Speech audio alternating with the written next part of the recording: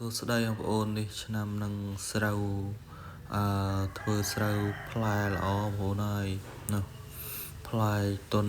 យឹបបងប្អូននៅឡើងទុនកបងប្អូនហើយផ្លែមែនតែដឹងបាន1គីឡូមកទេបងប្អូនហើយសារនេះស្រូវ3ខែបងប្អូននេះក្រាស់ខ្មឹកបងប្អូនដឹងតែគ្រប់ហើយបងប្អូនតែដឹងបាន1គីឡូមកទេបងប្អូនហើយស្រូវ3ខែនេះបងប្អូនវាច្រើនធ្វើស្រូវបានតែតម្លៃវាថោកបងប្អូនហើយដល់ពេលចឹងអត់រួចថ្លៃជីទេបងប្អូននេះធ្វើល្មមអាចទទួលបានបងប្អូនផ្លែស្រូវនេះល្អតើបងប្អូនស្រូវ3ខែផ្លែនេះបើផ្លែវាវិញប្រុសរៀងក្រាស់បន្តិចបងប្អូនប្រុសរៀងក្រាស់អញ្ចឹងវា